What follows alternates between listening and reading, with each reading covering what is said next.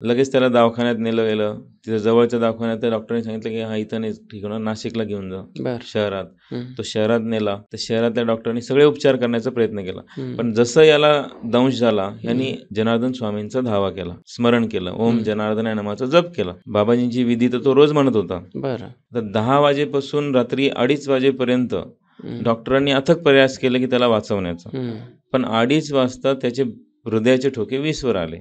तर डॉक्टरांनी आशा सोडून दिली. हम्म, डॉक्टर म्हणे हा काही आता वाचू शकत नाही, सकाळी याला घेऊन जावं लागेल तुम्हाला. हम्म, आयसीयू मध्ये बेडवर पडलेला हा सचिन कदम हम्म, 5 वाजता पहाटे, हम्म, जो आमच्या नित्यनेम विधीचा रोजचा टाइम आहे बरं हम्म, का, हम्म. दररोज 5 वाजता आमच्या सगळ्या आश्रमांमध्ये हे विधी चालू होते, बर हे मंत्र चालू होता. त्याच वेळी त्याच्या कानामध्ये हम्म, ह्या विधीचा पहिला मंत्र ऐकू आला, वा. ऋग्वेदातला. ओम मृत्युंजयाय रुद्राय नीलकंठाय शंभवे अमृतेशाय शर्वाय महादेवाय ते नमः. हे मंत्र त्याच्या कानी ऐकू आले आणि हे ऐकल्याबरोबर तो आयसीयूच्या बेडवर मरणावस्थेत पडलेला सचिन कदम उठून बसला.